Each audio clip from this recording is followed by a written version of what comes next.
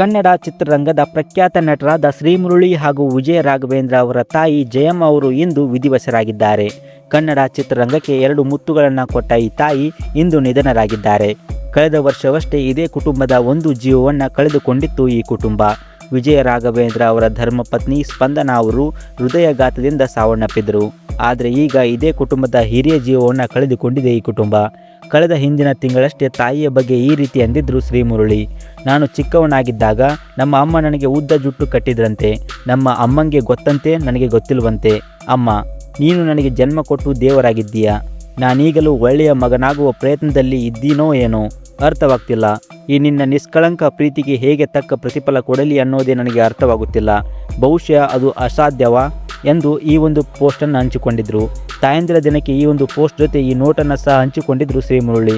ಇದರ ಬಗ್ಗೆ ನಿಮ್ಮ ಅನಿಸಿಕೆ ಅಭಿಪ್ರಾಯವನ್ನು ತಪ್ಪದೆ ಕಮೆಂಟ್ ಮಾಡಿ. ಇನ್ನಷ್ಟು ಇದೇ ರೀತಿ ವಿಡಿಯೋಗಳಿಗಾಗಿ ನಮ್ಮ ಚಾನಲನ್ನು ಸಬ್ಸ್ಕ್ರೈಬ್ ಮಾಡಿ ಮತ್ತು ಪಕ್ಕದಲ್ಲಿ ಕಾಣುವಂಥ ಬೆಲ್ ಐಕನ್ನ ತಪ್ಪದೆ ಕ್ಲಿಕ್ ಮಾಡಿ.